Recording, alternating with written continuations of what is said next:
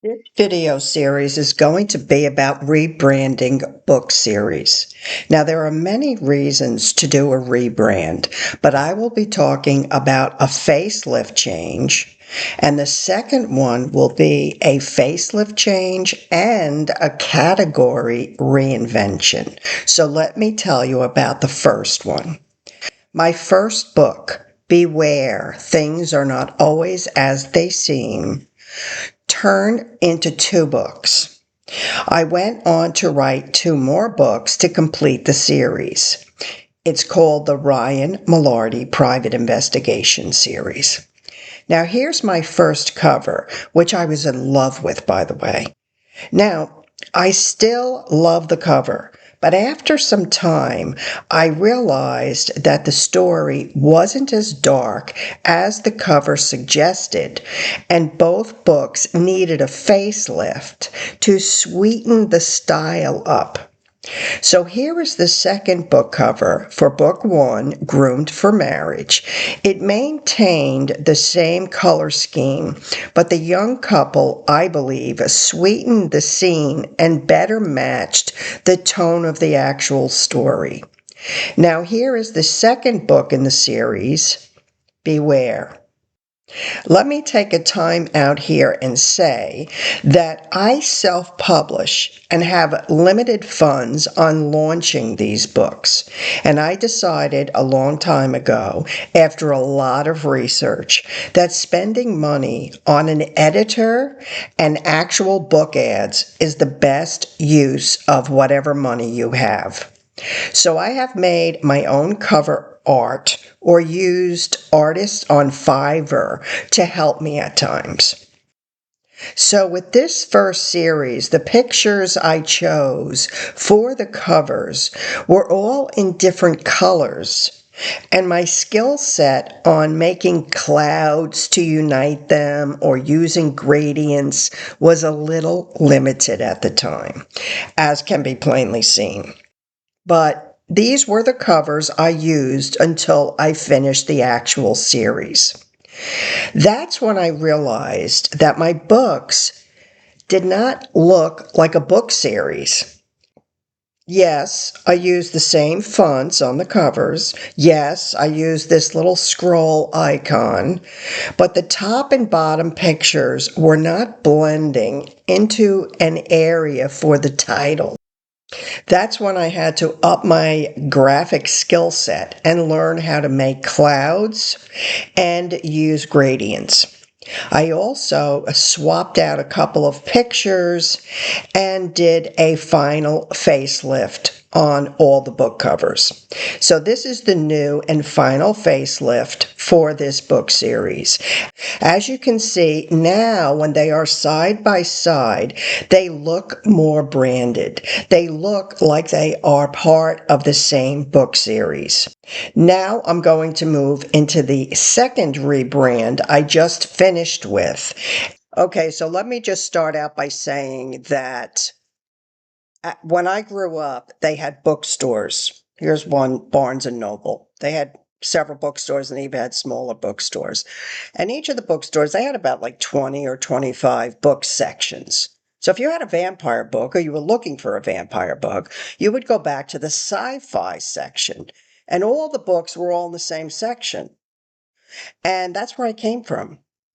Now that we have Amazon, it's a completely different story. But when I wrote the vampire books, I really didn't know that. I just thought that Amazon, just put all the books in the vampire section. You know, well, that's not the way it works. So let's now go to Amazon, and I want to point out a few things. Now, I started with Anne Rice because I knew that she had written the Vampire Chronicles, and she was the most popular, most famous vampire author at the time. So I looked up her book, and let's see, when you go in to see someone's book, and you scroll down, the first tip I want to point out is that when they have this section from the publisher, this means it's a professional publisher, which means they have a lot of marketing money behind them. And this publisher is Ballantine Books, and they are the ones that make all the decisions on where this book and all of the other Anne Rice books are positioned at Amazon. So I came down here and found whatever categories that Anne Rice had her books in, and I clicked over to see the book covers because at the time I had watched many videos from other more experienced authors, and they said you go to the genre you're going to publish the book in, and you get an idea of what the covers are like. And you want your cover to be different, but you want it to fit into the same category because readers that like Anne Rice's books and Stephen King's books, they're going to go into this category. So you want your book to have a cover that's different enough to get its own attention, but that fits into the category. And the reader will say, oh, this one looks good too. And that's why I went with my original covers. So I'm just going to point out here how many different subcategories there are. Okay, this is one: horror, literature, and fiction. Okay, and as you will scroll down the pages, you'll see that there's a wide range of covers because there's so many categories that people are putting the books in all different categories, trying to broaden their reader reach, which I'll go into later on in the series. So now we have bestsellers in dark fantasy, erotic horror. Now, I don't write eroticism, but if you do, you would want your book in this particular category. Okay, here's another one: monsters and creatures horror. And when I look down here, I did see some books about vampires. Here's another one: horror, occult, and supernatural, psychological horror, vampire thrillers, suspense, vampire suspense. Now, this is where I came to see another category that I was not aware of. This is teen and young adult coming of age fantasy ebooks. Now, my vampire series would easily fit into this particular category as well because there is sex mentioned, but there's nothing graphic. It takes place off the page, and there are parents involved in the story, so it would fit very easily in this category. And I may change my categories again, but right now I'm in my first test, which I'll get into in a few minutes.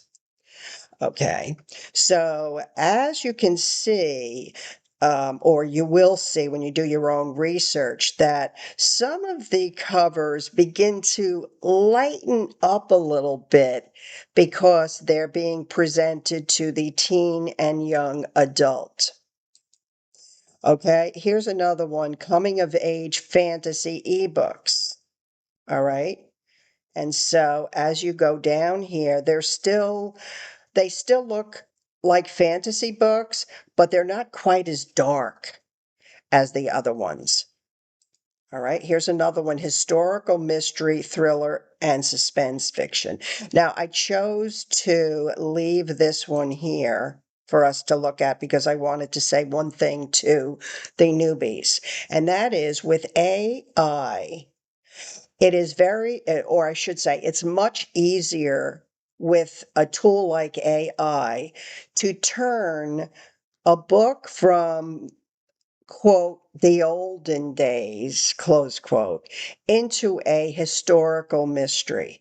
Because by doing that, you're opening a whole other avenue of readers. In other words, some books are just written in the old times where the women wear long dresses, everything is much stricter than in the modern world. But there are actual books that are written in historical eras where what was going on at the time is laced through the story. So if you are at a point where you're thinking about writing, you might want to take that into account. Okay, so here's dark fantasy horror.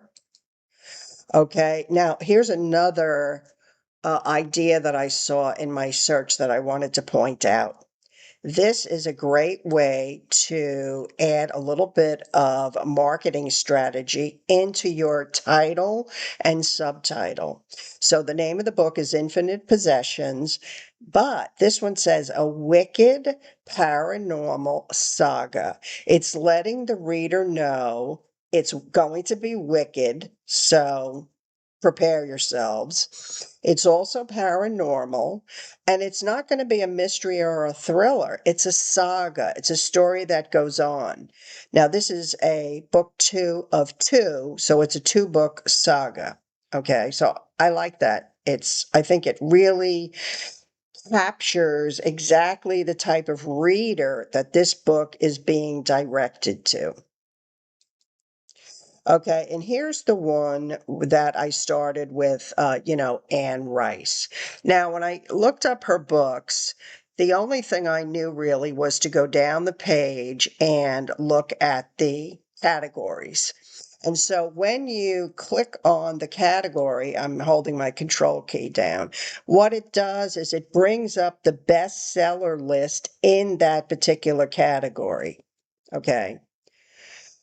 So and then the next one is the paranormal fantasy books. Now, this is where I ultimately put my books, but but my covers were a little bit too dark, or they were darker than the actual story. Okay. And this is another one where it's urban fantasy. Mine would technically fit in this category. Paranormal and urban fantasy. This is just letting you know that there are all of these subcategories. And I'm going to go into researching with a tool called Publisher Rocket that teaches you how to figure out which of these categories are a better choice for an independent self-publisher. Okay, and here's another one, vampire romances. Now, when you go into vampire romances, the books, some of them are like classic vampire covers. These were the ones I was originally looking at when I did my first covers. And there are some who look more like cozy vampire stories, but my eye tended to look over them because I still was in an Anne Rice state of mind. Okay.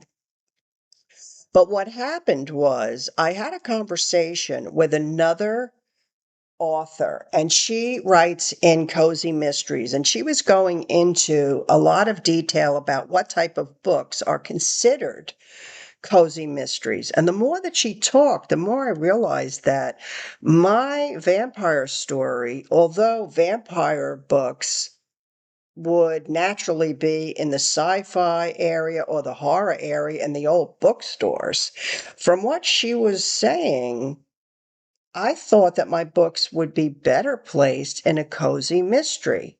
So what I did was I came to Amazon and I looked up cozy vampire books. And what came up were books that are a way better match for my book series. And this is where I decided, yes, I'm going to change the look of my series and the covers, of course, and even the descriptions, and place them more in the cozy vampire category. Okay. So that is what I'm going to go into in the next part of this video.